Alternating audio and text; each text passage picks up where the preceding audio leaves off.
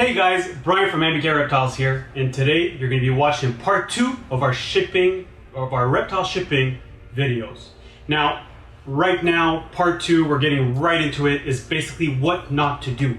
What you cannot do. You just cannot pack animals this way. Okay, you've worked hard, you're a breeder, you've bred these awesome quality animals. You cannot pack this basically a not proper way that I'm going to be showing you. I'm going to show you examples of how animals are packed that I receive for either shipping services or animals that I have bought. I am incredibly hyped up right now, and the reason being is me and Antoine been going through all these little ways that I've had in all these experiences that I've been through, and it pumps the out of me. It is insane. Okay, so I'm gonna get into it right away, but I mean, for this I need basically an example animal, and I have this awesome Mojave fire yellow belly. Is that right? Yep. Mojave fire yellow belly female that is just simply stunning, and I'm going to show you this female.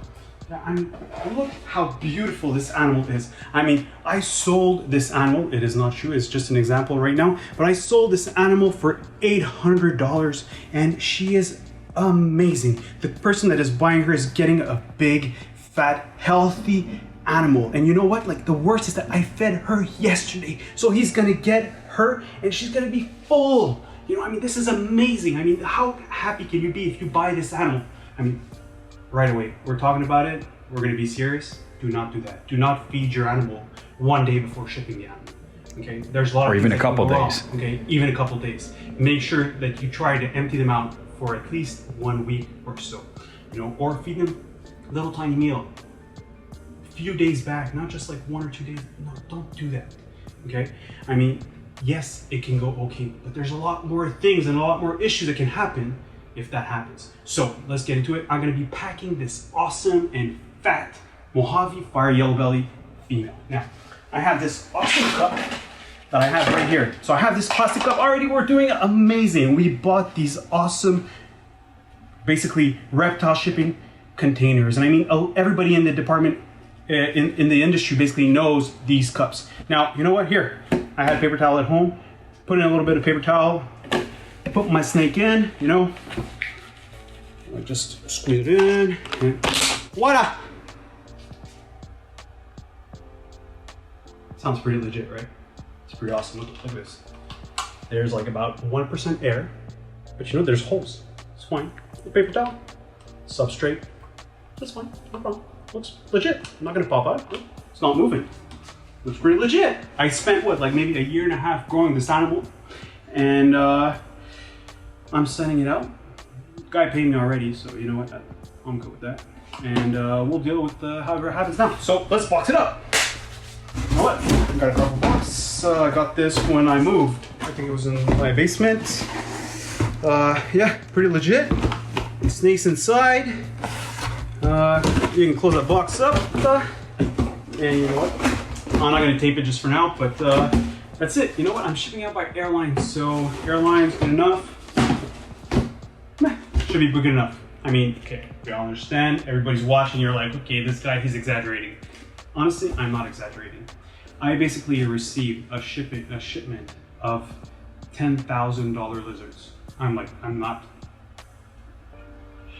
you. $10,000 lizards, a few of them. The guy sends them to me by airline with Air Canada, and I go pick them up because those are expensive animals, and I'm doing shipping services for. I'm doing shipping services, and I'm charging the guy a couple $100 for $30,000 worth of animals. And I go to the airline, I go up, I'm here to pick up the box from this, and this, and they give me a box like this. And I'm like, yeah, you got it, bro. Look, I'm like, good Brian, I'm like, no. I open the box up, no insulation, no papers, 3 bags, 3 lizards, a cardboard box by airline. Thank any God that you believe in, because these animals were alive. And I mean, odds are this is not going to happen. This is probably the opposite of how it can happen. This is what you cannot do. Now, maybe 50 years ago, that's how you used to do it, and they take the risk. But nowadays, we know that that's not how you do things. But you know what? This was like last year. So I mean, like these, like maybe 2 years ago. These things still happen. These things cannot happen. Warn people, teach them not to do something like this. Now, we're talking about a cardboard box. So you know what? I'm a breeder. I've been doing this for a few years. So at least I know about products that are available. So I bought these already pre-made, live, harmless reptiles boxes. They come in with the styrofoam, the cardboard, and you know what? It's perfect. That's exactly what we need. So we take the animal, we put him in. But you know what? Today, it's actually minus 10 degrees Celsius outside. So I need a heat pack, right? So I need a heat pack. I'm gonna pop up the heat pack. And then I have these Uniheat heat packs. And these are used in the industry. They actually came with the box when I purchased the package. So that's perfect. So I'm just gonna open up the box. The package, and comes up. There's one here, has a little sticker, so I can stick it up. So you know what? I'm gonna stick it up. And my snake needs to be worms. I'm gonna stick it right at the bottom, and I'm gonna put my snake right over it. Here we go. And close this up like this, and ship it out like that. Or you know what? That's already not good enough because the snake is gonna move. We heard him move like in the fact. So you know what? I'm gonna put some I just have these little pillowcases right now. So I'm gonna just use that. You know what, like I could use some egg crates or some paper, and I gotta make sure that he stays right on top of the heat. And then it's not gonna move much. Close this up, ship it out, and my client's gonna receive it in 24 hours. Now, putting fried a snake on a heat pack, not the way to go. But it happens. It happens a lot. People think that you got to heat up your animal, and so they put them right on the heat pack. You cannot have enough stupidness in this world to be able to do something like this when they're actually, I'm telling you how beautiful my animal is and how I care about that animal, but you cannot do that. So call people, teach them, trade them. You see a new breeder in the industry, talk to them about shipping animals. Share this video. Share this video, okay? I mean, it is crazy. It's so important that we share all our knowledge, all our experiences, and don't be afraid to showcase people like those bad experiences. Now, there's still a lot of things going on that is still wrong, but we're getting there. We're getting there, right? So now, basically the animal here has a heat pack like this. Now, those heat packs, we have to understand, they are basically oxygen stimulated. So once you open it up, the oxygen goes inside and it starts warming up. Now you have different ones. You have like 20-hour heat packs, 40-hour heat packs, 60-hour heat packs, 72-hour heat packs.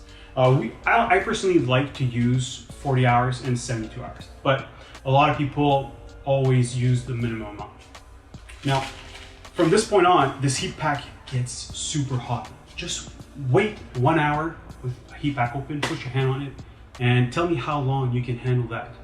It gets burning hot. It's crazy. So I have this story about a show. So a friend of mine had some of my animals at a table at a show, and he basically sold a leopard gecko. It was the summer, but the person had to drive maybe like an hour away from home to get to the show, purchase these awesome, like 1-year-old, well-started leopard gecko, and goes home and basically calls back my buddy, says, hey, the animal died on my way back home. How is this possible? I've been raising this leopard gecko for a year. It's super healthy, big tail, looking good. What happened? Well, I don't know. I got home, it was in his cup and it was dead. Okay. More you get into the story, and then you basically try to get some information, make sure it's not his fault. You know, it's probably my fault, but I just want to understand it. So our goal here is to get information, right? Because we know this person is incredibly stupid and should not have any animals. But it is our job to understand how it is so that we actually warn these people that are uncaring about what not to do. So basically that person decided it was hot outside, so I'm gonna put air conditioning inside my car. So I just pump up the air conditioning and it's cool. But I have a reptile that I bought, and you know what? I don't want my animal to get cold. Cold is better than warm, people. Cold is better than warm. Keep that in mind. So he basically cranked up the seat heat. He cranked up the heat from the seat at high, saying, you know what? Heat up my gecko. Well, he cooked the shit out of him. Okay, we're gonna start popping out the cuss word because that's where we're gonna be, you know? I mean, you just can't do that. So he killed his own animal because he was blinded about how to care or how these animals work, you know? You just can't do that. You can't have these things. You can't have an animal directly on a heat pack. You gotta make sure that there's air, that there's locked in. You can't pack a snake and squeeze it in to a cup like that. This thing can pop up the cup, it's gonna go loose. And then next thing you know, you're gonna end up in the news saying that there's a snake that got out in FedEx. So you can't even just take that snake, squeeze it in, and tape it over, or put elastic bands and make sure the snake never gets out. It is insane. Now on top of that, this paper towel, completely useless, okay? You worked hard into raising a beautiful and awesome looking animal, but this animal is full of shit and full of piss. We'll be honest. The second you put heat on that animal, it will trigger this animal to piss and shit. And all you have to do, is this to basically absorb all of that. What can happen? It has happened to me when I purchased animals from awesome breeders. And I mean, you know what? Maybe some people weren't taught properly. And I hope that, you know, you learn from experiences that you get better. But this animal got ammonia poisoning. It was stuck in its ammonia for 12 hours. 12 hours, it is not long, but it takes only a little bit of time from a FedEx shipment to be able to kill an animal. And it is a healthy, beautiful animal that I have grown for 1.5 years. We can't have these things happen, right? So those are certain things that people do. Now, thinking that, you know, you're opening up a heat pack. Now, I mentioned something before. Those heat packs, they're basically stimulated by oxygen. Now, FedEx requires, when you build an account with them, not to puncture holes inside your box. That means there's no air coming in. The animal will live. There's enough air inside for this reptile to be able to get to destination. But this heat pack is stimulated with oxygen. So the second that you put in that heat pack inside that bin and you close it up, there's no more oxygen intake. This means this heat pack has already reached its full heat potential. And from that point on, it is only going to slowly go down within a matter of a few hours. So it is important to be able to open that heat pack for an hour or so before to reach that temperature so that it holds it for as long as possible. When it comes to airlines, well, airlines, you can puncture holes. So that puncturing holes will stimulate heat. So those are certain things that it's very important for you to understand where it comes from. I mean, you're buying shipping kits from local shipping service company, and a lot of them do amazing things. They'll give you a guideline. Read the guideline. If you're not 100% sure, if you can't even read, call them. Call them and have them explain to you why they have that guideline. Not just reading the guideline. You can follow it, but you gotta understand why we do certain things, you know. Now, this is just an example, and this example here that I gave you with this box is a very common example. Now, often in the wintertime where it gets cold here, a lot of the times people don't open the heat packs early enough, so the animals end up getting cold. I always say it's better cold than hot. Now, another rule that I have is basically space. I always try to allocate 50% of the volume of my box space into air at a minimum. So that means that if you feel that you're filling up your box, buy a bigger box, you know, and make sure that you package accordingly so that these things, so that is better, you know, for the animals. This snake that I basically pulled out, you know, that I put into a tight container, they sell other containers that are bigger. Okay, basically now here I have a lot of substrate. Now this substrate is epic. It's called Diamond Dry. I usually use that substrate for shows, but I can use it for packing as well, but I'm going to show you a little bit of other products that I use for that. So yeah, I'm going to take a little bit of that. Now, this product here is super absorbent. So it's super absorbent, you're putting it in, and then already your animal has a little bit more airspace. I mean, it is still tight, you know? But it's full of food also.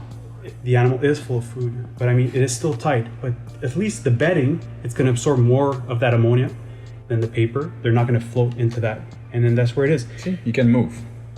The animal can move there. Now, so this is just basically this is like a few examples of things that happen. Sometimes a lot of people, what they do is they'll have bags and then they can put, or you know, another thing, they'll have a cup, they put in like 3-4 animals in there. They try to maximize the box. Don't maximize the box, okay? Like you're talking about what? Like a small box like this can cost you $50, $100. You know, buy the $150 one. You know, if you tell your customer $50 is what's going to make the difference into me shipping you a live animal or live animals, if the person says no for $50, they should probably not be buying that animal. If they want an animal that for the cheapest possibility, and they can look for local sources, go pick them up themselves. You know, I mean, it's very crucial that people understand that there is no cost for shipping. The shipping, you know, is so crucial. It's so important. You can't waste that, you know. So this is basically what can happen with cups. Okay, so the whole concept of the bedding, you got to choose the right bedding. You got to choose the right size of cups. You got to choose the right size of box. You got to insulate the boxes. I didn't even talk to you. I went from a cardboard single box to a cardboard with styrofoam. It's already good. Not good enough for me, but it's already better. But there's a lot of work that we'll get into our part 3 on how I do things and why I do these things. And these things are all from experiences from the past. Now, my biggest thing, it drives me crazy, like right away. So, bags. I'm bag it up. I'll bag up your snake. Let me bag up your snake. You know, we've been hearing this forever. I hate bags. I really don't like bags. If I can use bags, I try not to use a bag. Unless my snake is really, really big, I use a bag. But you know what? When you have a snake, you're putting your snake inside, close your bag, up like this, you know, something like that.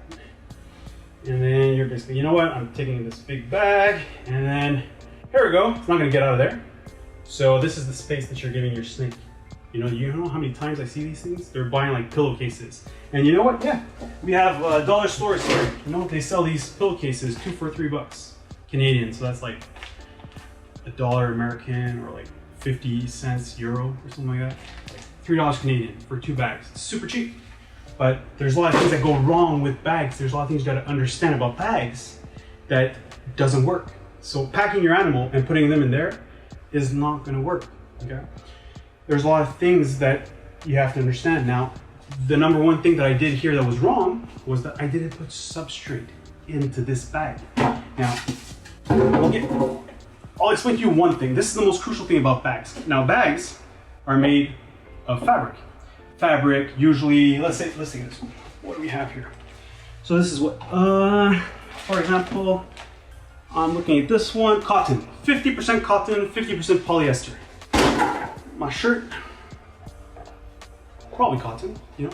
If I take my shirt, okay, I mean, you go like this. So you go like this, you go, I can breathe, right? I can breathe. But imagine it like being soaked wet, right? I go like this.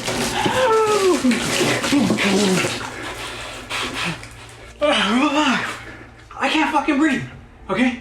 I said it, I just can't breathe. Wet clothes, you can't breathe into wet clothes. I mean, you can't have that. So imagine putting that snake into a bag, and this bag is full of piss, right? Piss. Am I exaggerating right now? A little bit, but this is the truth. So this bag is full of piss. It absorbed because that nice animal is healthy, it is big, but it's full of piss. And the whole bag is all wet. You can't do anything with that. You just can't breathe. The animal's gonna suffocate. So you need substrate. You need to put substrate inside your bag to absorb the piss, right? Now, it's a little bit pretty crazy. I'm just gonna Let's just change this up. And here. We did plan this a little bit ahead of time, so. I see the relation between the Gorilla Cup and... Yeah. So shout out Black Heart Exotic, my buddy Mike. Lucky for him, he's getting all the promo today, so that's what it is. But you know what? He is one of the ones that do it good. So talk with your friends, talk with the people, and learn about shipping. Okay? So again, we're going into it. A wet bag is the worst thing that you can have. Now, sometimes it's not even about just piss, it's about like just humidity. So when you put heat packs in there, it generates, the animal generates, like there's more humidity going in there. The bags get wet. Try it, man. Like, I'm exaggerating it. Like, we had fun about doing this, but this is such a serious thing. Like, take a wet cloth, put it in front of your face, you can't breathe into it. It's the most crucial thing, so learn about it.